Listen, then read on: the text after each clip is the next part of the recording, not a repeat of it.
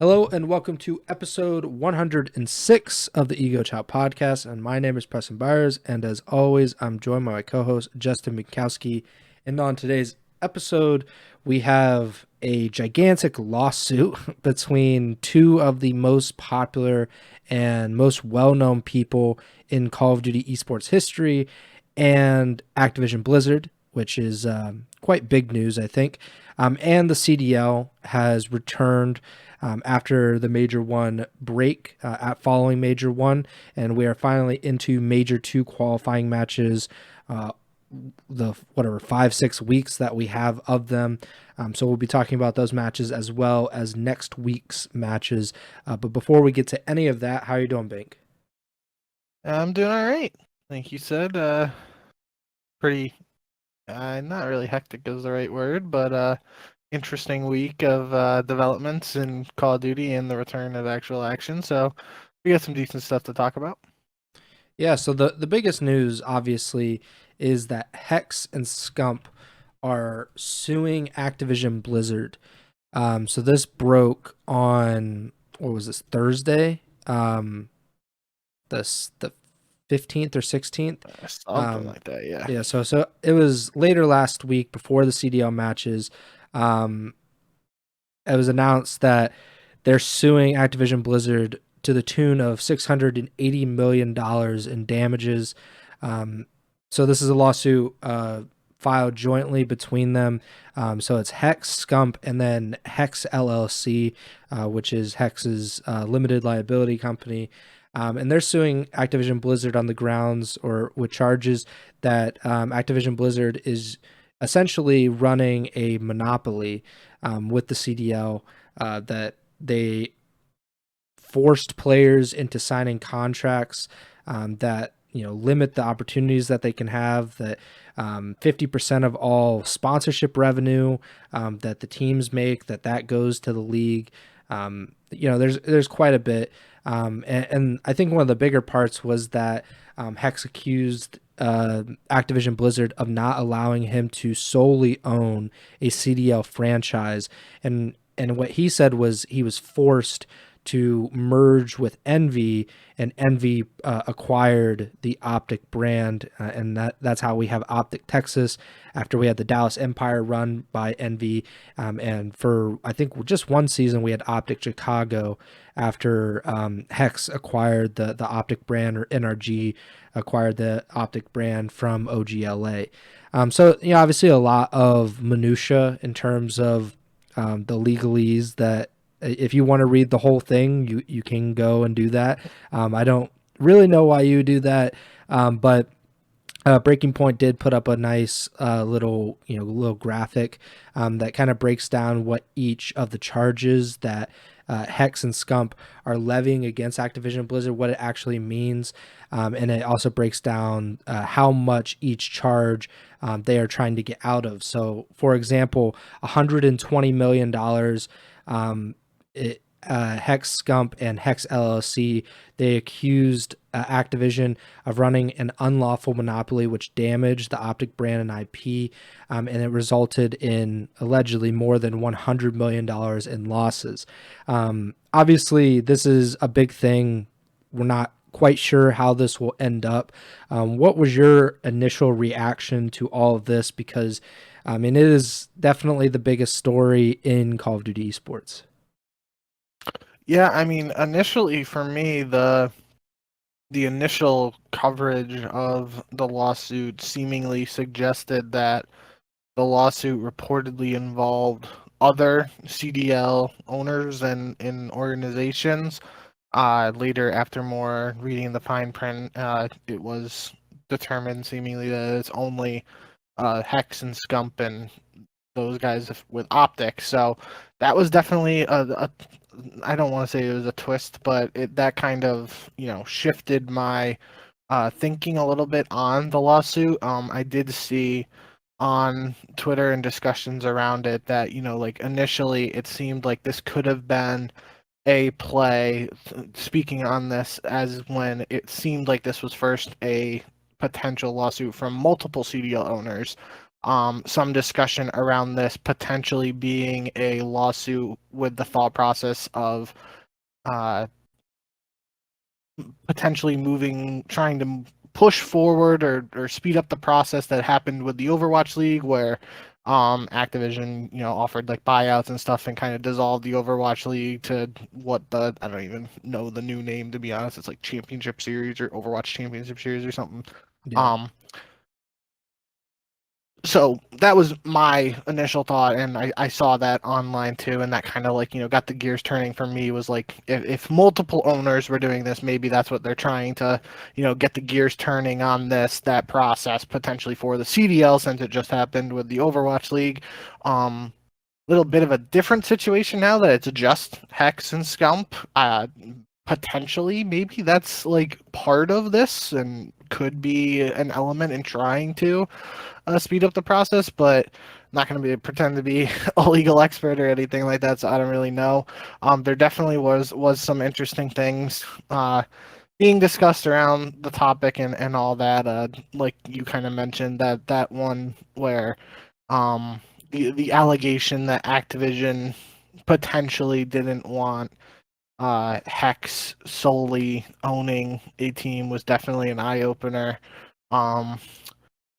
Obviously, whether that's true or not will potentially be determined in court and all that. But I do think that's an interesting component of this as well. Again, not a legal expert here at all, but if this did go to court, I know one of my friends who just casually follows Call of Duty suggested that the trial should be televised, kind of like the Johnny Depp situation there and all that stuff, which that could be some interesting content. So, yeah, not going to pretend to really know what's going to happen from this. It's definitely an interesting and eye-opening situation. There is, however, a world where this grabs headlines now, and it's going to potentially be a very, very long time until we hear anything in regards to this. And then there's a world where, they settle this out of court and whatever, and we just don't really hear much outside of that, unless obviously Hex or Scump decide to, spill the beans on what's going on. So, yeah, definitely something, I did not have on my 2024 bingo card, Hex and Scump suing Activision, but here we are. Yeah, it's a weird situation. I'm not really sure how to feel about it. Obviously, Activision Blizzard has done a horrible job at running the CDL. Like it hasn't advanced Call of Duty esports like in any real way, in my opinion at least.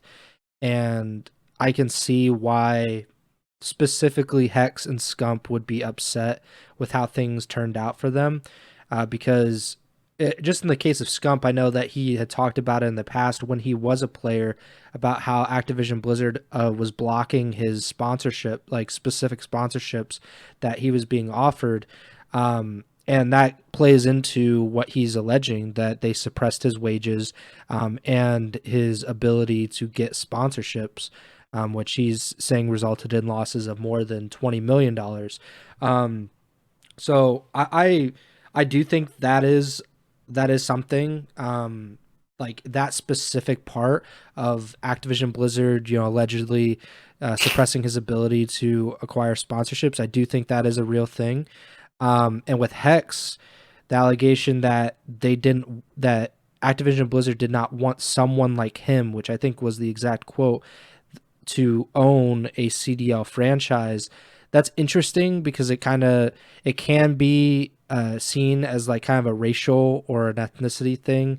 And I know some people took it like that. I'm not quite sure if that's what it was meant to be, because I also think that they just wanted billionaire NFL, NBA owners, the guys that you see in like the luxury boxes at the Super Bowl.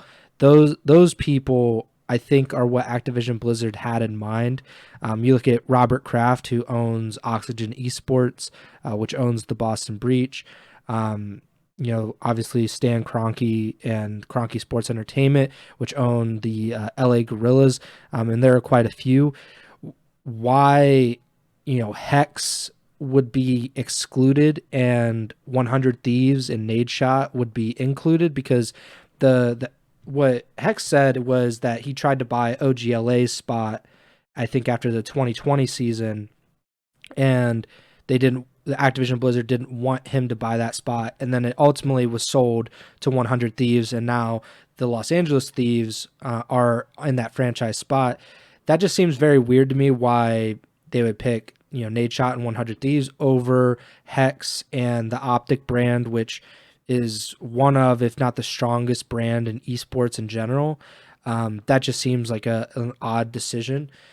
But also, like, there's just been a lot of contention, right?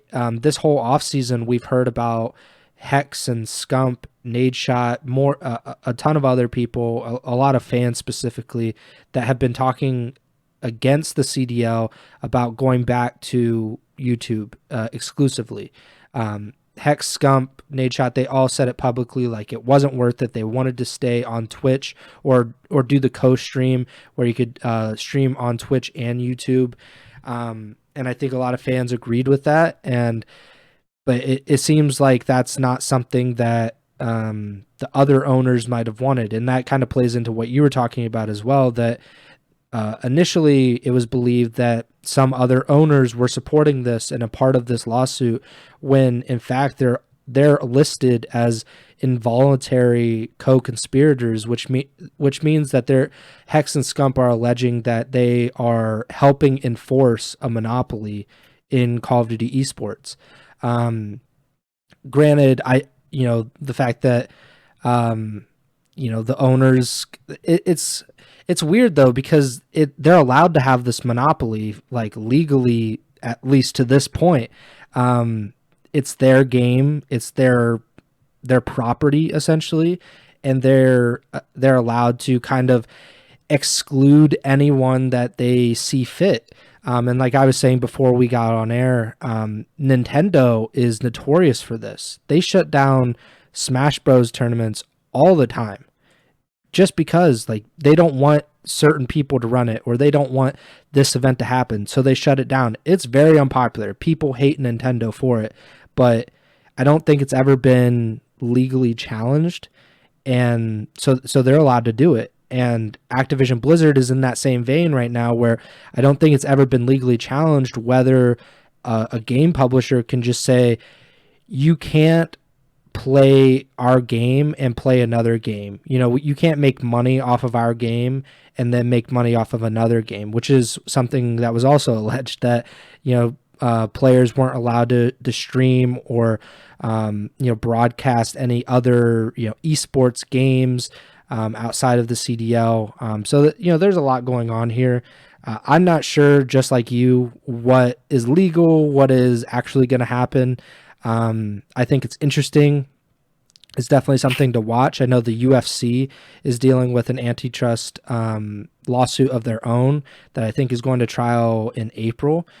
So there's a lot of kind of monopoly related lawsuits going on right now, and I think it's all in the best interest. Obviously, monopolies are a bad thing in general. Like, we've seen it with the CDL. Like, there hasn't been like a quality control.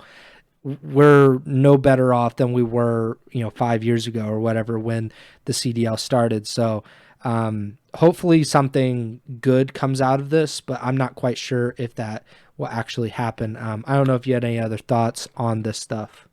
Well, I was just going to say real quick, I mean, part of this, obviously this is pure speculation, but at the end of the day, regardless of what happens, whether this goes to court or they settle or whatnot, what's to theoretically stop Activision from saying, like, yeah, Hex and Scump can no longer be a part of Call of Duty esports now, right? Like what if that's somehow involved in Yeah. the terms of this? Like, that's obviously like something Activision would greatly have to consider, because of the fan appeal, the massive backlash a move like that would Sure. lead in, and then not only like the fandom that Optic brings to tournaments, live viewership, and in-person viewership, Scump's viewership and watch parties and stuff, like there would be massive ramifications from something like that happening. But just, again, speculating here,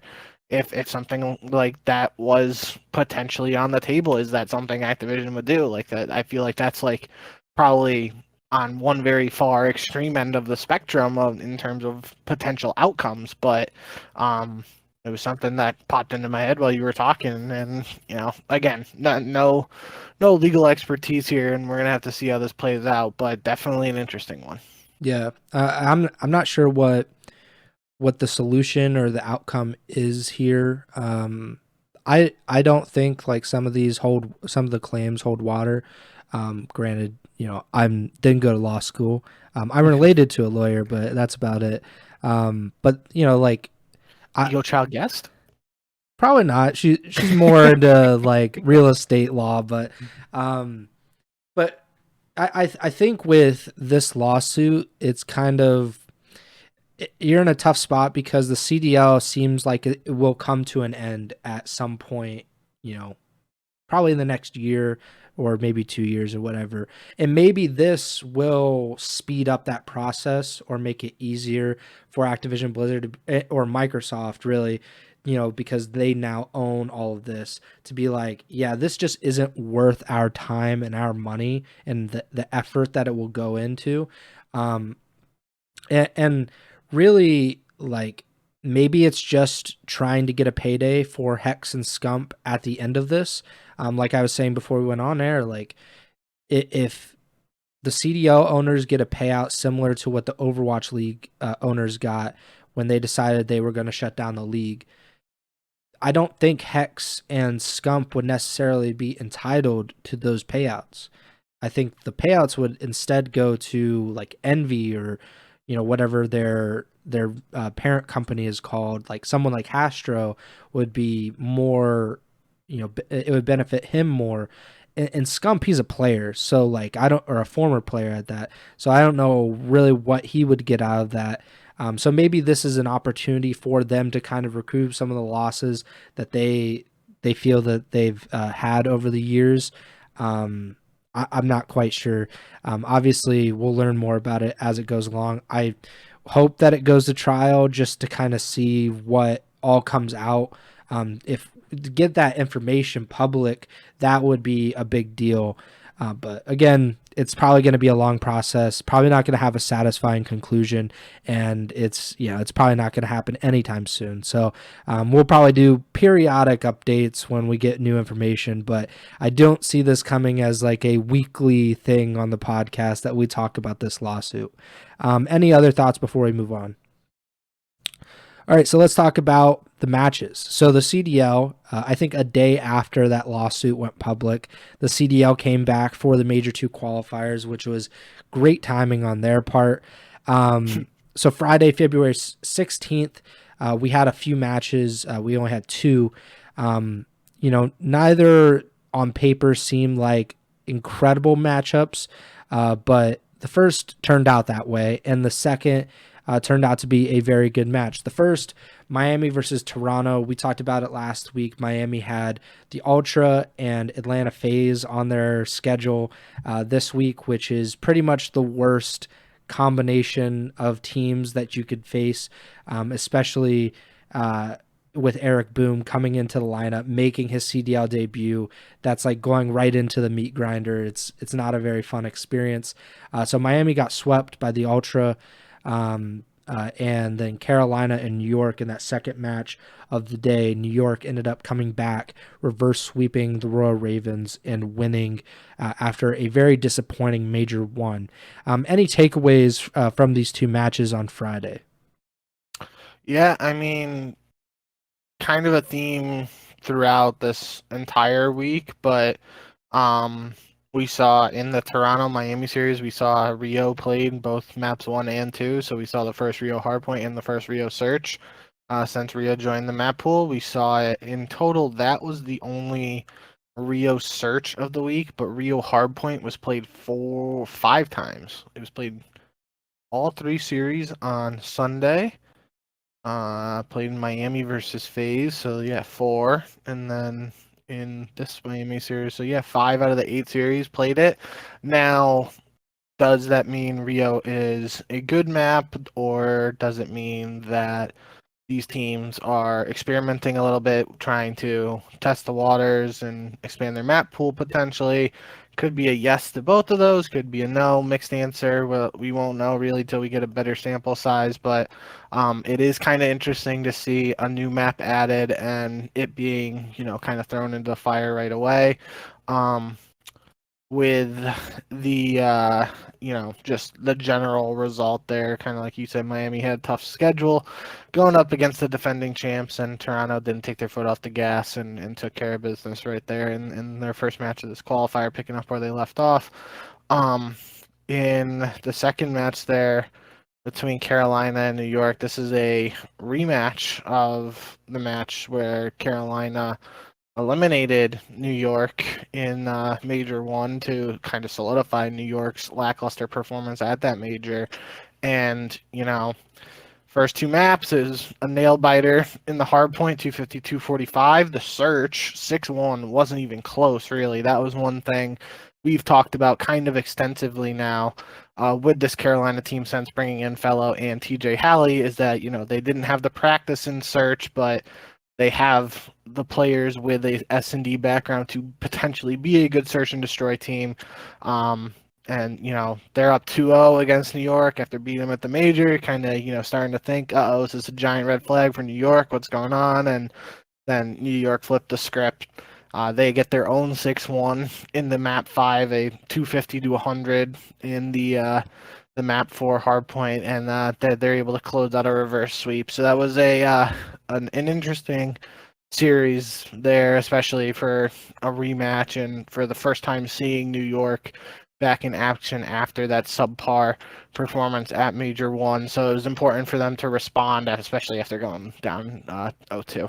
Yeah, I thought it was interesting that, it went map 5, but there were only really 2 close maps. It was a blowout in the searches, and then nearly 100-point club hard point in that second one. Sub base always kind of delivers. It's just kind of a shit show, to be honest. Like I think it's the most hated hard point map by players, but the way it's set up, I think, just leads to some of these really good competitive maps, and 250, 245 is about as close as you can get. Impressive win for New York. Carolina, obviously, letting it slip away. That's kind of what you expect. You see it a lot in COD because good teams find a way most of the time, and these bad or middling teams, they have the capability of winning some of these matches against some of the better teams, but they also likely let it slip away more times than not, and we've seen Carolina struggle to put away some teams. So not a great start to their Major 2 qualifiers, but there are also quite a few weeks of qualifiers to fill. And we'll talk about their next match right now because they kicked off Saturday as well after getting beaten by New York to finish Friday.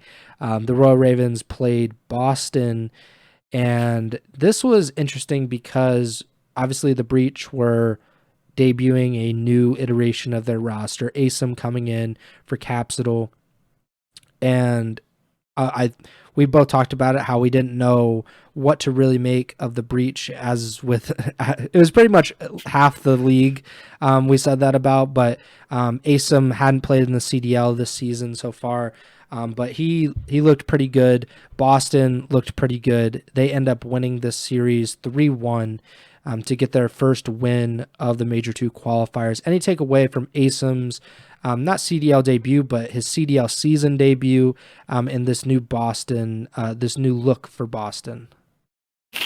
Yeah, I mean, the thing that really stood out to me in this one was, especially on the Carolina side, was it was another case of Gwyn playing very well in a losing effort.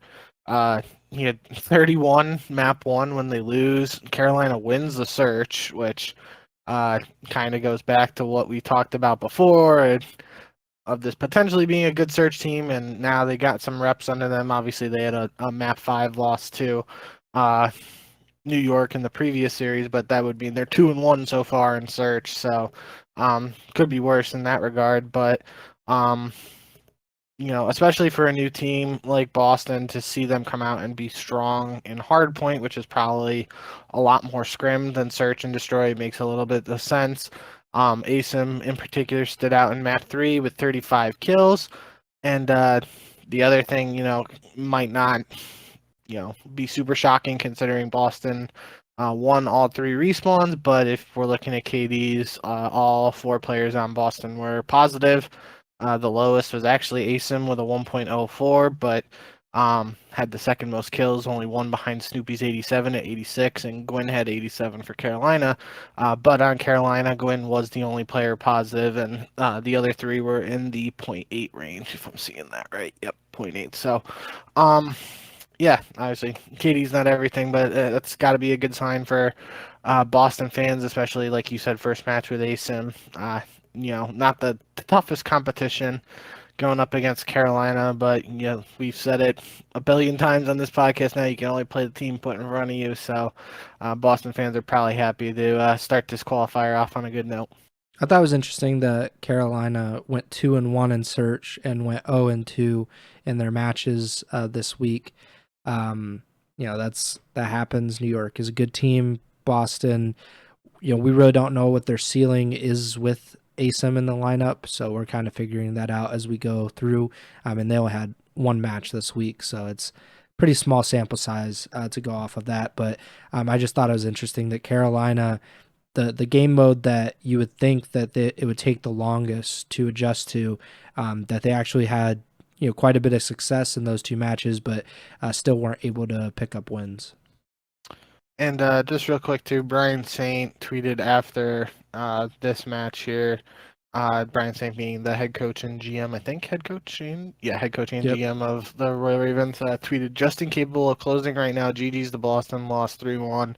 Could have very well been a 2-0 weekend with a 6-0 map count."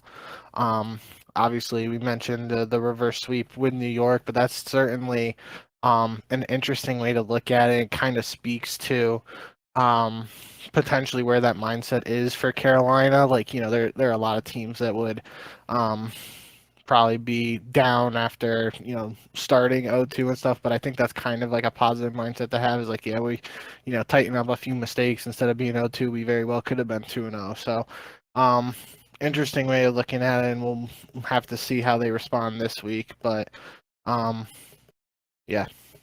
Yeah, I think they have a decent chance of bouncing back next week. Just they only have 1 match, so they get to completely focus on that opponent. They don't have to, prepare for 2.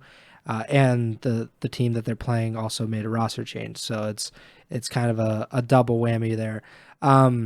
But now we go to the next match, which was Atlanta and Miami. Like we talked about at the beginning of the segment, Miami had the 2 hardest opponents to play, and they finished the week with 0 wins and 2 losses. Now with Eric Boom in the lineup, they did take a map off of Atlanta, which is an improvement over the 3-0 loss to Toronto. It's just gonna happen. Like, I think these are scheduled losses. Like, no matter what lineup it was gonna be, I would have picked Miami to go 0-2, especially with how, like, Toronto looked incredible at Major 1. Atlanta, I think, only lost to Toronto at Major 1. FaZe was definitively the second best team. So, to lose to those 2 teams in the same week, it's bad luck, of course. You don't want to start 0-2, but you don't have to play them again, for a little bit. So that's kind of the good news about it. Any thoughts on this series, the 3-1 win for Atlanta FaZe? I mean, we were just talking about, alternate possibilities with Carolina. In this series, Miami wins the map 1 by 99 points, goes to around 11, and map 2, if that round 11 goes the other way, Miami's potentially up 2-0 in this series, and then who knows what happens from there. But obviously that's not how this one played out. So yeah, like you said, tough to judge the new look Miami team off of these two matches, especially when kind of expected results going up against the teams that came in first and second at the first major of the year. So we'll be interested to see how Miami responds against, whoever they're playing this upcoming week. It can't be the teams that came in first and second, so they technically the schedule only gets easier from him from this point on for them now. So yeah, the other bit of news attached to Miami that's interesting is Real, who was on Carolina earlier this year and had some visa issues, has been signed by Miami as a substitute. I think this is a little interesting considering Miami was one of those few teams that already had a substitute, had a 5-man roster, already dipped into that 5-man roster. So now they technically have a 6-man roster. What does that mean for, Journey's potential future with this team? Or is like Real kind of just like sliding in to be that true sub and then Journey's kind of just in the background? Not really sure what that is there, but to me, it's obviously a credit to Real that he's getting an opportunity this soon after the visa issues and all that. It would have sucked if something out of his control really just hindered him, and it still technically is because he's not actually in the league competing on a starting spot, but this is the closest step to getting back to that reality. So yeah, I think it's interesting that especially a newer team like Miami being willing to spend, in theory they have to sign Real to a minimum contract at the lowest there, at least a minimum contract. So at least spending $50,000 to get him as a sub, in theory, I guess. But yeah, we'll have to see if it actually materializes into anything. But it's an option for them, especially if things continue to go the way that they went this past week for Miami. But again, small sample size for a new roster against two juggernauts in the league. So not expecting Real to be thrown in right now. We'll have to see how Miami does against the rest of the league. Yeah, I mean, they're kind of cornering the market on Spanish Call of Duty players at this point. They have 6 players under contract, all Spanish. I don't know if there's any other Spanish Call of Duty players, like in the CDL at least. But I mean, I think it fits perfectly for them because it's kind of a low risk, high reward signing. Because Real wasn't benched because of his performance, like you said, it was the visa issues. I mean, Carolina, I think at some point was just like, we have to move on. Like, we can't just keep holding out hope. We gotta stick with TJ in this spot. And Carolina did look better with TJ. Granted, it was also with Fellow replacing Godorex, so that's kind of a that's also a difference.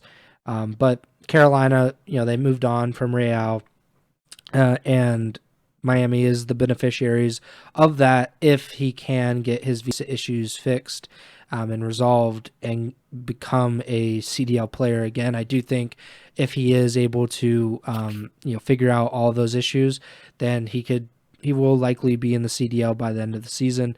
But I love it. I love that Miami is taking a chance on him, and hopefully they keep Journey on the bench or kind of move people around, because it's kind of lame that teams just essentially release their substitute anytime they sign a new one. It's nice when you have multiple options that you can look at when you're making a roster change, and they have that ability if they keep Journey as well as Real as substitutes right now. Next match, New York versus Seattle, the last match on Saturday. Debut for Brezzi, who took over for Illy. I thought this was just weird that they didn't say anything about it. It doesn't happen like that almost ever. Usually there's a thank you or some kind of acknowledgement that this player is not I don't think he's been released, because if he was No, released, then that's even worse. yeah, But like, even okay, he's going to be on the bench and we're starting Brezzy in place of him. Usually there is something like that. Seattle did put out a graphic, with Brezzy in the graphic, so people were like, "This is a kind of a weird way to announce that he's a new starter for Illy." But I mean, granted, we don't know all of the specifics, so maybe it makes more sense for the way they did it. But it did not work out for them on the server. New York ends up sweeping the Surge in 3 games. Not none of these maps were particularly close, and Brezzy ended up with a 0.69 KD for the series, which was the lowest of any of the 8 players. So any thoughts on Brezzy's debut for the CDL and for Seattle's, debut for this roster? yeah. I mean, it just kind of like you said, the most interesting aspect is what happened off the server in my eyes, and the fact that nothing about Illy in particular was really said really just adds further fires to, or adds further fuel to the fires of speculation around what's going on behind the scenes there, and some potential shadow ban, or Yeah. potential unofficial suspension or whatever.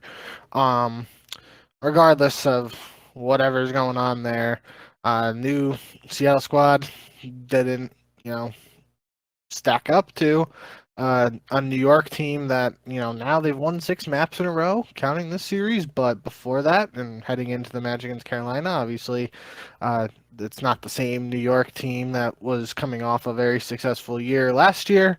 And even though New York played well in the qualifiers leading up to Major One, they had that, stumble on land to start this year. So, uh, if you're gonna play that New York team at any point with a new roster, this was probably the time to try and get them, and just didn't work out for them. So, there's a lot of speculation and all that around the Seattle change, and one of the points being that Illy was one of the better players, especially on land statistically. So when you're taking away potentially the best statistical player on the team and replacing him with anybody who's just not matching or improving those statistics, it's no surprise that things aren't going to work out. So we'll have to see how this plays out, and what comes from this, how long Rezzy's in the lineup, especially if he struggles and Seattle struggles as a whole. But yeah, we'll have to see what comes from this and the rest of Seattle's action. Yeah, and like I said last week, it's even more difficult because Illy, like, his prowess is an S&D, and that is also Seattle's best game mode. So they're struggling in hardpoint and control, no matter who's in the lineup at this point. But if the S&D also goes, then they're gonna plummet to the bottom of the standings. Like, they can't win series if they can't win any any of the 3 game modes consistently, and that is my fear without Illy. Even with Illy, it's going to be a chore, and very dependent on the matchup. Sunday, February 18th, we had 3 matches to finish out the week. First, we had the PSOG Bowl, the Los Angeles Guerrillas versus the Las Vegas Legion. Interesting matchup here. I think, obviously, with Vegas debuting a new iteration of their roster, Geo making his CDL debut in place of Standy. I thought this was a pretty intriguing matchup. And Vegas ends up winning this 3-2, but quite a few very close maps in this series, including a 250 to 236 Rio hardpoint to finish out the series. Geo didn't have his best series. It's kind of hard for a rookie coming in to make a big impact regardless, but he did do pretty well in the control, and they won the series, which is the most important part. Your thoughts on Vegas's win here over LAG? Yeah, I mean, this kind of evens things up a little bit from the first PSOG Bowl where Tremy got the prediction wrong for you.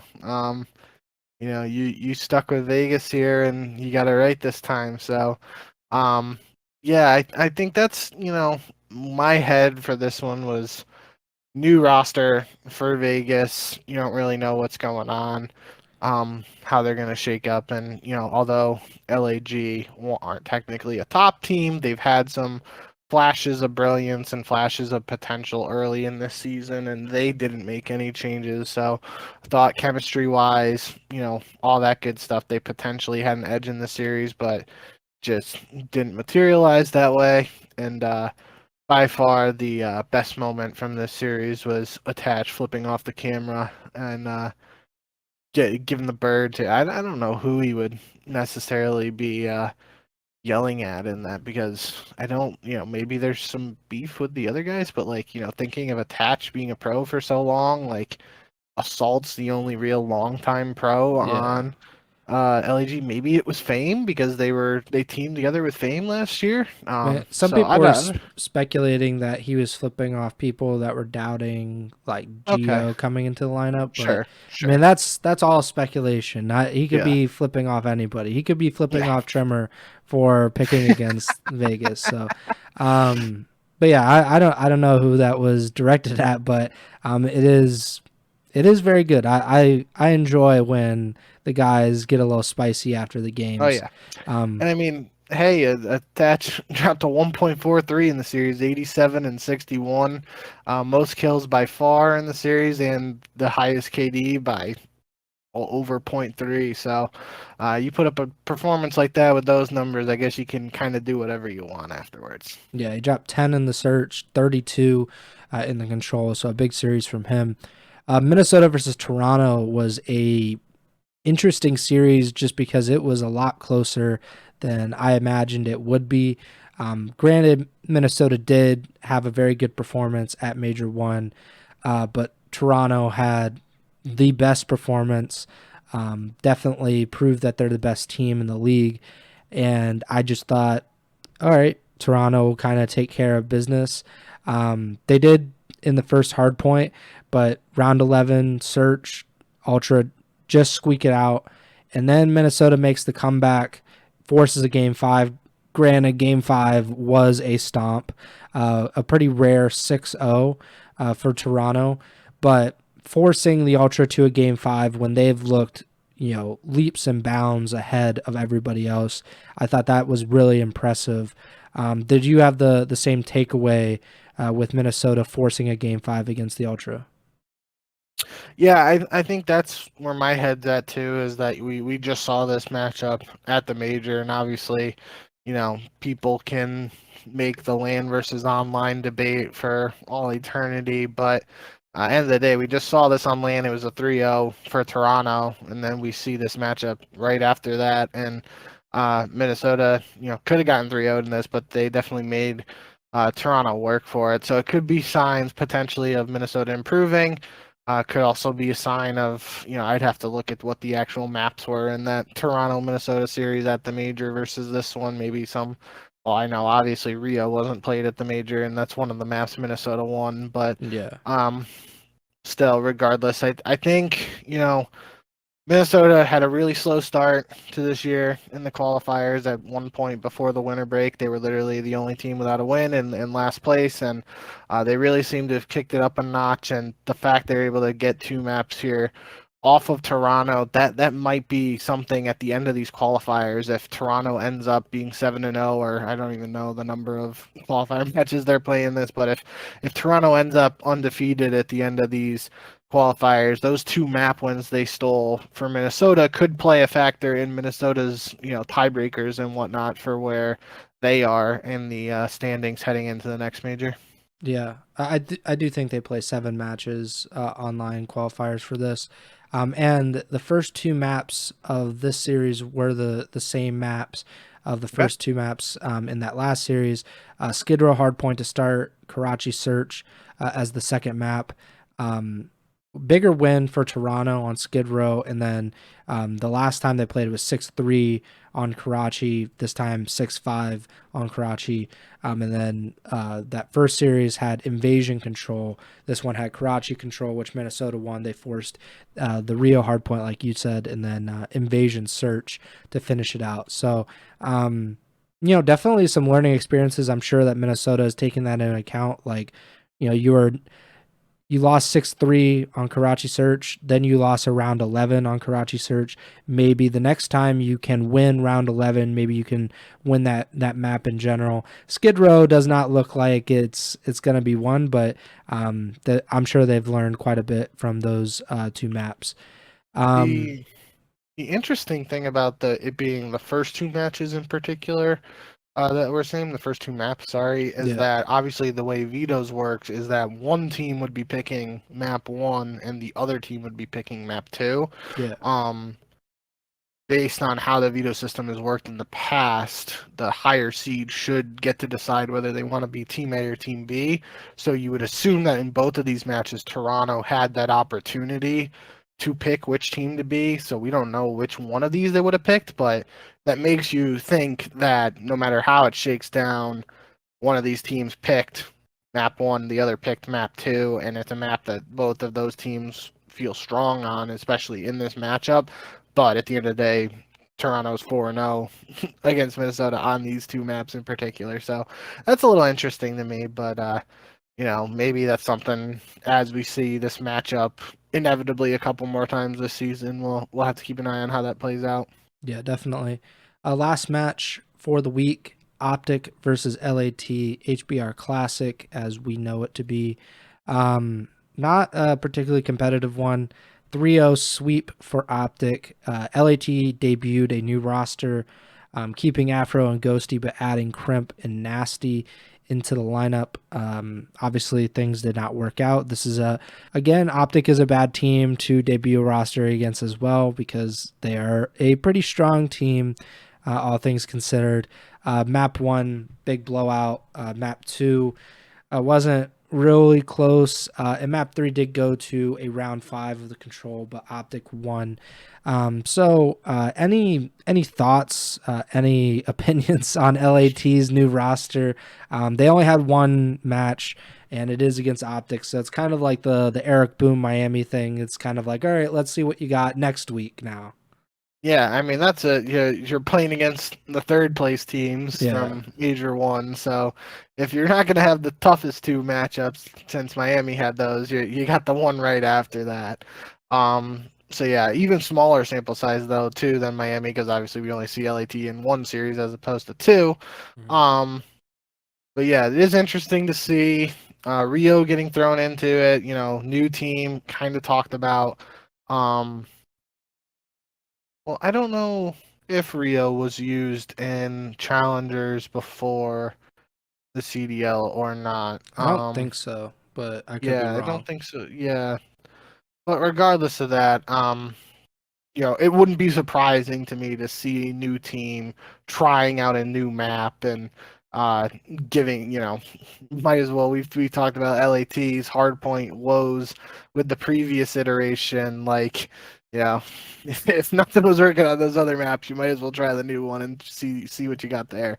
But no, in all seriousness, gonna have to see more sample size out of this LAT team to see what they got cooking over there, and if we can expect any better results from them going forward. Yeah, I actually forgot, but that was something I was going to mention about Miami. They played Rio 3 times in the opening week. They lost all 3, granted, but it looks like they're willing to try it out. Maybe early on, it's better to see what they have in Rio, and maybe that could be a part of the map rotation going forward. So that does it for the last week, or the first week, our last week of the qualifiers. Pretty short week. There weren't a ton of matches, but they're kind of spread out over a longer period now. It's not as condensed. So I think there are 5 weeks or 6 weeks of qualifiers for some godforsaken reason. But we both did pretty well in this week. We both went 7-1. So you picked LAG over Vegas. That was your only loss. And I picked Carolina over Boston. So we kind of bet against new rosters, and that that screwed us. I bet against the new Boston roster. You bet against my boy Gio, my sweet precious boy Gio. Yeah, he's debuting in the Peace Bowl. Yeah, he is literally like he is our halftime performer at the Super Bowl. Essentially, he is the main event. But we both went 7-1, so you're 46-22 on the season. I'm 47-21. Tremor still 0.0000% win percentage, at 0-1 this season. And that was a PSOG Bowl loss, so that's like negative percentage if that even was a thing for this kind of stuff. But let's get into the matches for Major 2 Week 2 qualifiers. Starting with Friday, February 23rd, we're starting off with the Yankees and Red Sox, or the Subliners and the Breach. This is a Priesta revenge game, so this is potentially this does feel like an actual revenge game. Like, we always bring it up kind of as a joke, but this feels like there is some kind of, I mean, he literally got dropped from the World Championship team. That feels more personal than some of the other ones. I'm still going to go with the Subliners, considering they went 2-0, but I could see Boston pointing this out. And ASIM was also a part of the Subliners, I believe, at some point. So Yeah. more revenge games, the better. Are you going with New York or Boston? Yeah, I mean, especially when you put it New York Yankees versus Red Sox, I almost got to go with New York there. But I'm looking it up real quick too. I'm pretty sure they already played in the Major 1 qualifiers, if I'm not mistaken. Yeah, but this is more real because I realized that it was happening in the moment. So this is the real revenge game. That was just a warm up the last time they played. Yeah, I can't find it. I'd have to go back and look, and that's COD Gamepedia is not cooperating with me right now. But yeah, regardless of the revenge game, I'm gonna go with New York here. They did play, yes. It was 3-2 the last week of the qualifiers on Major 1 for New York. But again, this is more real. So Minnesota versus Optic. Breakdown. I always think of breakdown now that Optic and Minnesota play. I'm going to go with Optic, but Minnesota has looked really good over the past few weeks. Yeah, I'm going to go with Optic too, but could be an upset alert here. This one, I have absolutely no idea where to go. Yep. Miami versus Vegas. Miami went 0-2 in their first week with Eric Boom. They've lost, I think, 4 straight matches now. Dating back to Major 1, they went 0-6 at Major 1. They've won 1 map, so they've lost, what is that? 12 of their last 13 maps as a team. Granted, it is a different roster, or different iteration of the roster. I'm going to go with Vegas. Maybe the momentum of the Legion picking up that first win with Gio, even if he didn't play his best, maybe that can help them overcome the Heretics. Yeah, and I'm going to go with Miami purely because I have no idea where my head is at with this one, and I just want to have a pick that's different from you, so we have a potential shift in the pick'em standings. Yeah. Vegas versus Toronto. I don't believe in my boy Gio and the Legion like that, so I'm going to go with the Ultra. Yeah, I'm going to go with Toronto. LAG versus Optic. I also don't believe in LAG like that, so I'm going to go with Optic. I will go with Optic as well. And then we're back to another match that we have no idea what's going on with. Miami, again, they finish out Saturday against the Los Angeles Thieves, who have played 1 match, 3 maps total with this new roster, with Nasty in the lineup. And let me try to... Who is the other guy? Nasty and... Kremp, thank you. I always forget at least one person per episode. So congratulations to Kremp. But LAT has very minimal experience with this roster. Miami has pretty minimal experience with Eric Boom in the lineup. I'll go with Miami. I feel very confident that LAT is actually bad this year. Granted, they might make me look stupid with this pick, but I'm gonna go with the Heretics.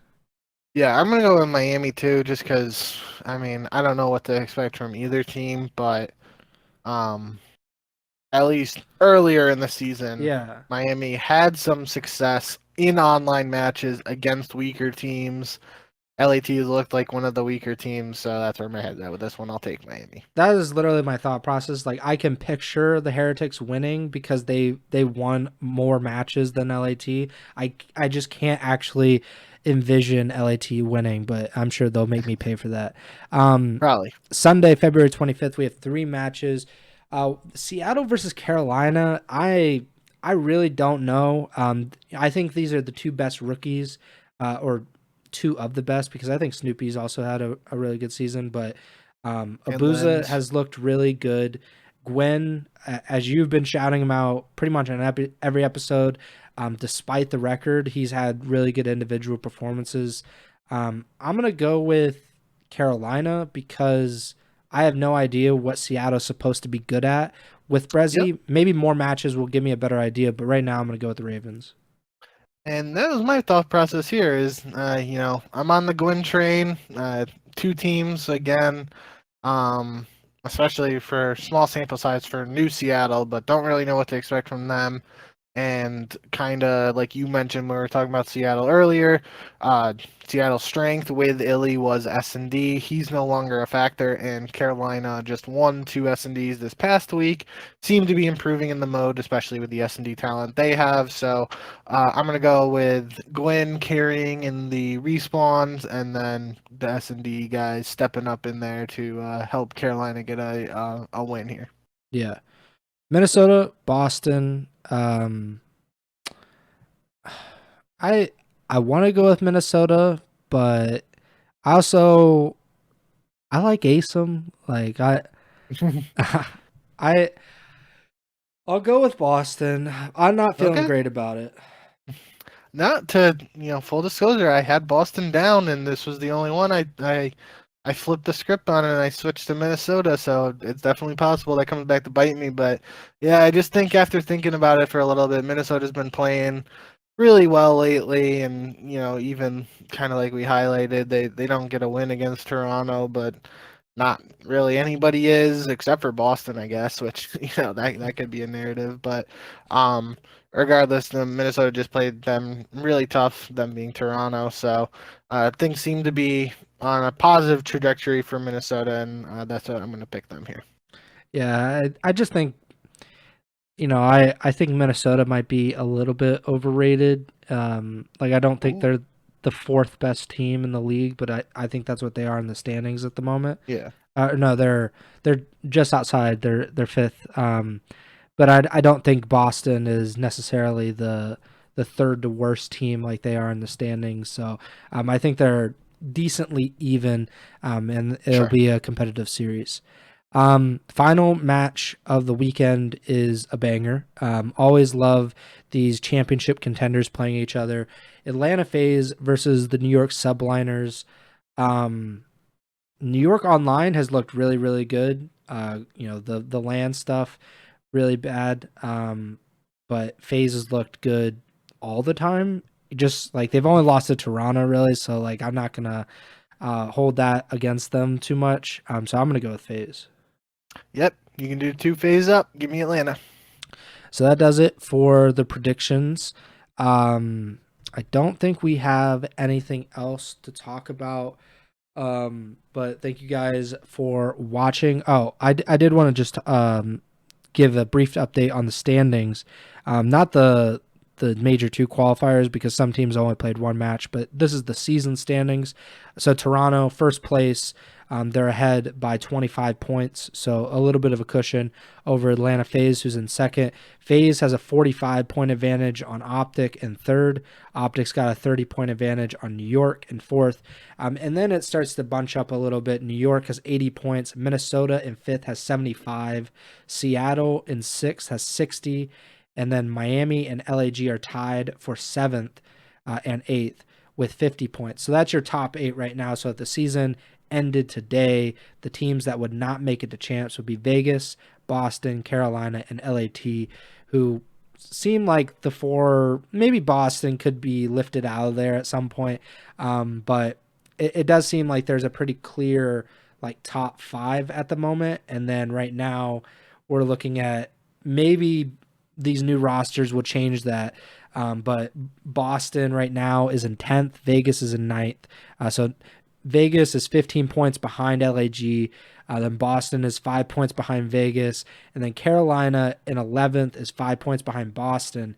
And LAT, the world champions from 2 years ago, granted, nobody is there from that world championship roster, but they are dead last in the CDL at the moment with 20 points. They're 2-7 on the season, a 10-23 map count. That is absolutely ridiculous. How the mighty have fallen. But that is your CDL standings update. I did want to just do that because we'll start doing the major 2 qualifiers update once teams have actually played substantial matches, and we can kind of look at what teams need to do over the remaining few weeks of the qualifiers. But yeah, that does it for the show. Make sure to like, subscribe, or follow the podcast feed wherever you're listening or watching on. We're on YouTube. We're on Apple Podcasts, Spotify, and you should like all of those. You should subscribe to every single thing that has ever existed that pertains to the Ego Chall Podcast. You should follow us on Twitter. He is at JBink with 2 Ks. I'm at Preston Byers, and the podcast store is at Ego Chall Podcast. The next show will be sometime next week. Could be Sunday, could be Monday, could be Tuesday, could be Wednesday. We don't know, so don't ask.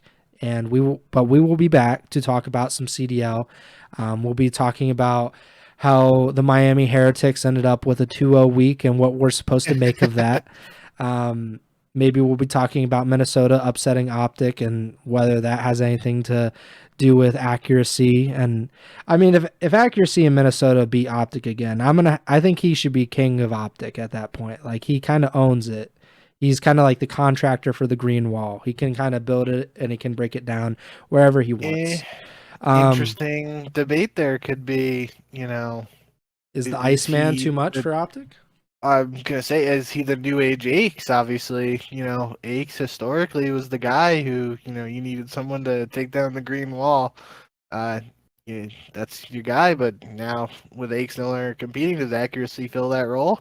And side note, Aches did tweet with the Hex and Scump lawsuit stuff after we were talking about that earlier, that he tweeted something like when he woke up the next day after the tweets, and like it was fake text from Activision and missed calls like saying we need you or whatever. Yeah. And I thought that was potentially one of the greatest tweets I ever saw. This obviously in a taking, making fun, not making fun, but making a joke of a very serious legal situation like that, and all the seriousness of that aside, I thought that was a very entertaining tweet.